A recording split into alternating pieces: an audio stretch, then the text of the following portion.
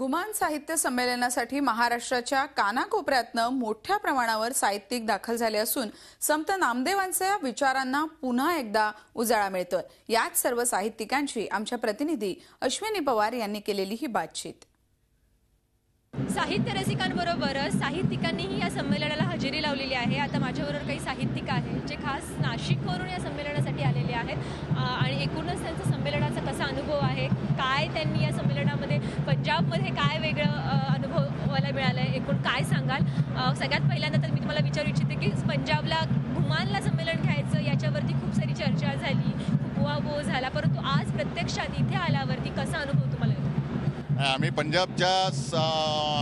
पंजाब सरकारचं आणि विशेषतः पंजाबी माणसाचं फार अभिनंदन करतो आणि आभार मानतो की त्यांनी मराठीला इतक्या वर्षानंतर फार मोठा न्याय मिळवून दिलेला आहे आणि त्यांचं जे आदरातिथ्य आहे ते असे अतिशय अप्रतिम आहेत। आम्ही कालपासून अनुभवतोय की इथली माणसं अतिशय प्रेमळ आणि आदरातिथ्यामध्ये अतिशय चांगली माणसं आहेत आणि त्यांनी भरभरून प्रेम मराठीवर केलेलं आहे आणि मराठीचं जे नामदेवांचं जे कार्य आहे त्या कार्याला त्यांनी उचलून धरलेलं आहे।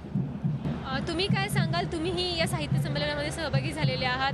नामदेवांची ही जी आहे कर्मभूमी आहे, एकूणच या साहित्य संमेलनाला कुठेतरी आज म्हणजे वारकरी संप्रदायही खूप मोठ्या प्रमाणात सहभागी झालेला आहे नामदेवांची भूमी असल्यामुळे।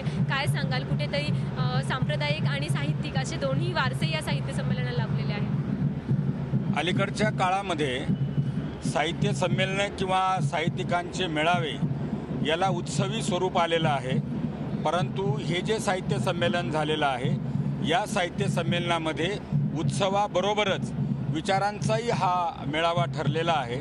दुसरी गोष्ट अशी की महाराष्ट्रातून आलेले संत नामदेवांच्या एकूणच विचार परंपरेला मोठी परंपरा असताना तो विचार घेऊन ते पंजाबमध्ये आले, 15-20 वर्षे इथे राहिले आणि 1-2 राज्यांमधली जी भाषिक संस्कृती आहे, जी एकूणच मानवी संस्कृती आहे त्याला एक जोडण्याचा प्रयत्न त्यांच्या काळात त्यांनी केला आणि ती परंपरा या साहित्य संमेलनातून पुन्हा एकदा उजळून निघणार आहे असा विश्वासानेच आम्ही इथे आलो। एकूणच आपण बघू शकता की साहित्य संमेलनाच्या या गुमान निवडीवरती खूप जास्त उहापोह झाला होता, खूप लोक नाराज होते आणि साहित्य संमेलन यशस्वी होणार का असं एक प्रश्नचिन्ह उभं केलं जात होतं, परंतु साहित्यिकांना इथं आल्यामुळे आज पुन्हा एकदा काहीतरी नवीन शिकायला मिळाल्याचं किंवा नवीन पाहायला मिळाल्याचं, एक नवीन संस्कृती आत्मसात केल्याचं एक समाधान मिळताना दिसत आहे। व्हिडिओ जर्नलिस्ट विकी कांबळेसोबत अश्विनी पवार, झी मीडिया, गुमान साहित्य संमेलनासाठी साहित्य रसिकांनी याच साहित्य नगरीत गर्दी केली आणि त्यांच्याशीच केलेली ही बातचीत। पंजाबच्या मातीमध्ये अखिल भारतीय मराठी साहित्य संमेलन होत आहे आणि या साहित्य संमेलनासाठी महाराष्ट्राच्या कानाकोपऱ्यामधून साहित्य रसिक आलेले आहेत। अनेक तासांचा प्रवास करून हे सगळे साहित्य रसिक पंजाबमध्ये पोहोचलेले आहेत आणि आता संमेलन सुरू झाल्यानंतर त्यांना विचारूयात त्यांना पंजाबमध्ये कसं वाटतंय, कशा प्रकारे पंजाबी लोकांचं आदरातिथ्य त्यांनी बघितलंय, काय सांगाल? ज्यावेळेस आम्ही 3 दिवसाचा थकलेला प्रवास करून ट्रेनच्या खाली उतरलो त्यावेळेस आमच्या स्वागतासाठी इथले काही तरुण मंडळी म्हणजे तरुण वर्ग अक्षरशः हातगाडी घेऊन आमचा सामान घेण्यासाठी, जणू काही ते नातवंड आजी आजोबांचा सामान घेण्यासाठी इतक्या नम्रतेने, इतक्या आदराने, इतक्या आनंदाने, इतक्या प्रेमाने आमच्या सगळ्यांचं त्यांनी स्वागत केलं। आमच्या बॅगा घेतल्या आणि आम्हाला आणल्यानंतर लगेच नाश्ता, आमच्या आंघोळीची सोय, आमची राहण्याची सोय। खरंच सांगते की एक महाराष्ट्र भाऊ आणि बहीण पंजाब भाऊ आणि बहिणीला भेटायला आला आणि इतकी छान गळाभेट झाली, इतका आनंद झाला आणि तो आनंद आम्ही अजून 2-3 दिवस अनुभवणार आहोत, त्यानंतर आम्ही तुम्हाला सांगूच, पण खूप छान त्यांनी स्वागत केलं। सलाम त्यांना। तुम्ही काय सांगाल, कशा पद्धतीने तुम्हाला पंजाबी लोकांनी आज इथे स्वागत केलेलं आवडले आणि काय वेगळे पण वाटतंय किंवा काय एक वाटतंय मराठी आणि पंजाबी या दोन्हीमध्ये काय साम्य वाटतंय? साम्य तर बरंच वाटतंय, माझा पंजाबी लोकांशी आधीच संबंध आलेला आहे त्यामुळे मला म्हणजे साम्यही वाटतं आहे आणि आदरातिथ्य ते केलेच नाही हिने म्हटलं त्याप्रमाणे. आम्ही अगदी थकून गेलो होतो आणि जी आपली रेल्वे येण्याची जी वेळ होती ती सायंकाळची संध्याकाळची 8 ते 10ची वेळ होती. रात्री 8 ते 10 वाजल्यापासून शीख बांधव स्वागतासाठी रात्रभर तिथे स्टेशनवर होते. अगदी त्यांनी काही न खाता पिता सुद्धा चहा घेऊन तिथेच थांबलेले होते आणि दुसऱ्या दिवशी सकाळी 11 वाजता अगदी हसतमुखाने आमचं स्वागत केलं. जसं एखादी मुलगी सासरहून माहेरी येते आणि तिचा अगदी थकवा निघून जातो आपल्या सासरच्या मंडळीला भेटल्यानंतर, तसं आम्हाला वाटलं. मी आतापर्यंत 11 ते 12 साहित्य संमेलनाला जाऊन आलो. एक विश्व मराठी साहित्य संमेलन दुबईला जाऊन आलो. पण आतापर्यंत जेवढा अनुभव, जेवढा उत्साह आणि जेवढं सहकार्य इतर साहित्य संमेलन माझा मिळालं नाही ते मला पंजाबमध्ये मिळालेलं आहे. त्यामुळं मी आज इतका आनंदी आहे आणि आनंदातच जाणार. एकूणच आपण बघू शकता की ज्या लोकांना आधी साशंकता वाटत होती की पंजाबमध्ये घुमानमध्ये हे साहित्य संमेलन होते जिथे मराठी बांधव नाही आहेत ते कसं होईल, परंतु पंजाबी लोकांच्या आदरातिथ्याने हे जे मराठी साहित्यप्रेमी आहेत ते भारावून गेलेले आहेत आणि मराठी आणि पंजाबी यांची एकी आज इथे बघायला मिळत आहे. जसं की दोन वेगळ्या बहिणी आज इथे मिळत आहेत असं एक वातावरण इथे तयार झालेलं आहे आणि मराठी पंजाबी हा जो एक फरक आहे तो कुठेतरी विसरून लोक एकत्रितरित्या साहित्य संमेलनाचा आनंद घेत आहेत. व्हिडिओ जर्नलिस्ट विकी कांबळेसह अश्विनी पवार, झी मीडिया, घुमान. या साहित्य संमेलनासाठी साहित्यप्रेमींबरोबरच मराठी संस्कृतीचं जतन करणारे आणि संगीत प्रेमी सुद्धा दाखल झाले. घुमान नगरीत आज मराठी संस्कृतीची ओळख असलेल्या ढोल ताशांचा नाद घुमला. पंजाबी आणि मराठी संस्कृतीचा एक मिलाप घुमानमध्ये बघायला मिळतो आणि तोही या मराठी साहित्य संमेलनाच्या निमित्तानं. पंजाबमध्ये इथे सगळे जे आहेत ते साहित्यप्रेमी जमलेले आहेत. महाराष्ट्राच्या कानाकोपऱ्यातून लोक आले आहेत, परंतु आपल्या साहित्याबरोबरच महाराष्ट्रातील संस्कृतीही हे लोक घेऊन आलेले आहेत. आणि आपण बघू शकता महाराष्ट्राची संस्कृती आहे ढोल ताशा आणि झांजा ही जी वाद्य संस्कृती आहे ही इथे पंजाबमध्ये महाराष्ट्रातले काही लोक आहेत ते घेऊन आलेले आहेत. नाशिकची एक गुलाबवाडी येथील एक व्यायामशाळा आहे त्यांचं हे जे पथक आहे ते घुमानमधल्या काही ठिकाणी अशा प्रकारे आपले कला सादर करत आहेत. काही मुली आहेत माझ्याबरोबर, त्या महाराष्ट्रातून आलेल्या आहेत. काय सांगाल, इतक्या लांब हजारो किलोमीटरचा प्रवास करून तुम्ही इथे आज आलेले आहात आणि महाराष्ट्रातली कला दाखवता, कसं वाटतं? एकदम छान प्रवास झाला आमची सगळी व्यवस्था केली होती. आमचं 40 जणांचं ढोल पथक म्हणून गुलाबवाडी व्यायामशाळा इथं आलेली आहे. कसं वाटतंय आज इथे पंजाबी लोकांपुढे तुम्ही तुमची कला सादर करताय? एरवी आपण महाराष्ट्रात हे करतो, तुम्हाला कसा प्रतिसाद मिळतो? एकदम छान प्रतिसाद मिळतोय आम्हाला, सर्व छान वाटतंय इथे. काही महिलाही आहेत ज्या या पथकामध्ये सहभागी झाल्या, त्यांना विचारलं काय सांगाल तुम्ही महाराष्ट्रातून आज पंजाबमध्ये जेव्हा साहित्य संमेलन होत आहे साहित्याबरोबर तुम्ही ही कलाही घेऊन आलेला आहात, कसं वाटतंय? आम्हाला खूप आनंद वाटतोय. आम्हाला या गुलालवाडीला बोलवलं त्याच्याबद्दल आम्हाला खूप आनंद वाटतोय आणि साहित्य संमेलनामध्ये आम्ही सामील झालो त्याच्याबद्दल आम्हाला खूप आनंद. पुढचे 3 दिवस तुमचे काय काय इथे कला सादर करणार आहात? आम्ही आमचा डेमो वगैरे दाखवणार आहे. डेमो वगैरे दाखवले. 4 ढोलवरती मुली चढतात, 5 ढोलवरती मुली चढतात. हा डेमो आम्ही इथे दाखवलेला आहे.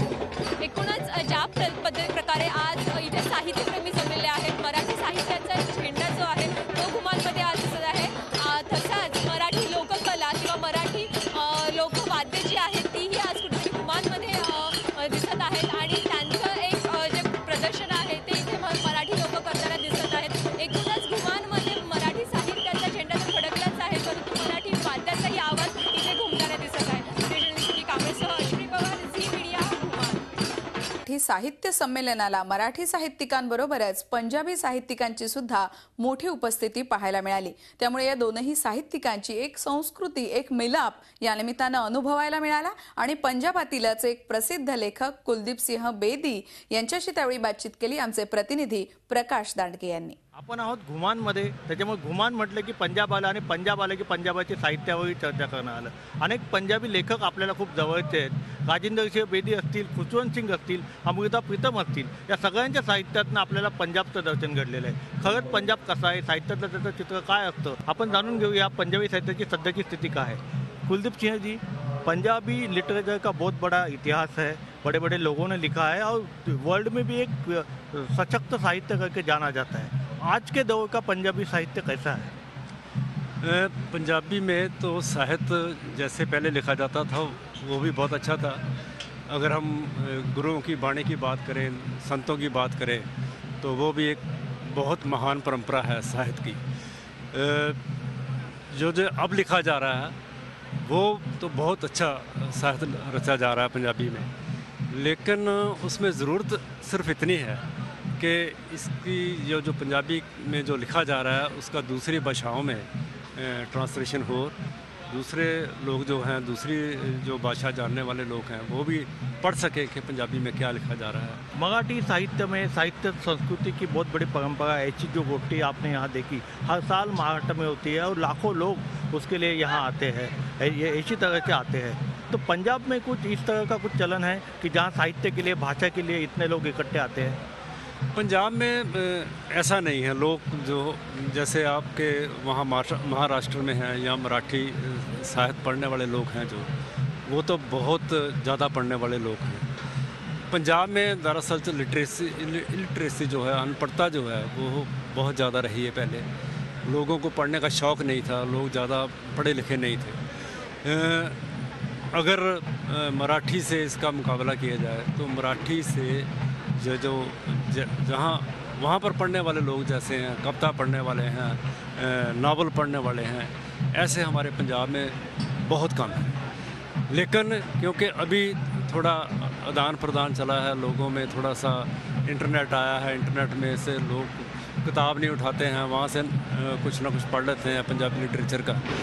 लेकिन वो बात नहीं है जो आपके मराठी लिटरेचर में है। पंजाबी में ऐसी बात नहीं है, तो लोग उसको बहुत पढ़ते हैं।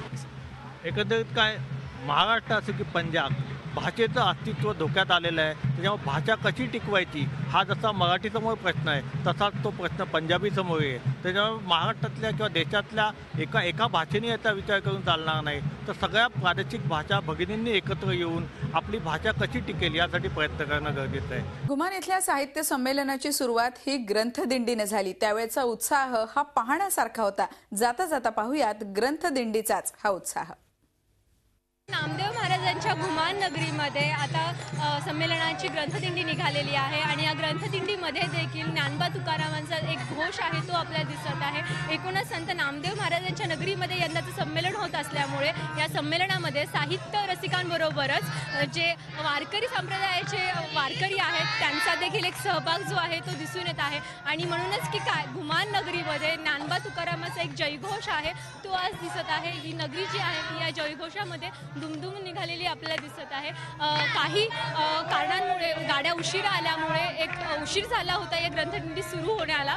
4 तास उशिरा ही जी ग्रंथदिंडी आहे ही सुरू होत आहे, परंतु तरीही साहित्य रसिकांचा जो उत्साह आहे तो कुठे कमी झालेला नाहीये। फुगड्या घालत किंवा टाळ वाजवत नामदेव तुकारामांच्या घोषामध्ये ही जी ग्रंथदिंडी आहे ही आता संत नामदेव महाराजांच्या गुरुद्वारापासून मुख्य सभा मंडपापर्यंत पोहोचत आहे आणि त्यानंतर काहीच वेळामध्ये ते उद्घाटनाचा सोहळा आहे त्याला सुरुवात होणार आहे। एकूणच आपण बघू शकता घुमानमध्ये देखील नामदेव महाराज, संत तुकाराम महाराज आणि ज्ञानोबा तुकारामचा जो सोहळा आहे तो पार पडत आहे। इथे एकूणच अतिशय उत्साहपूर्ण असं वातावरण दिसत आहे आणि या ग्रंथदिंडीमध्ये देखील हा उत्साह तो कुठेतरी दिसत आहे। व्हिडिओ जर्नलिस्ट अमित पवारसह अश्विनी पवार, झी मीडिया, घुमान।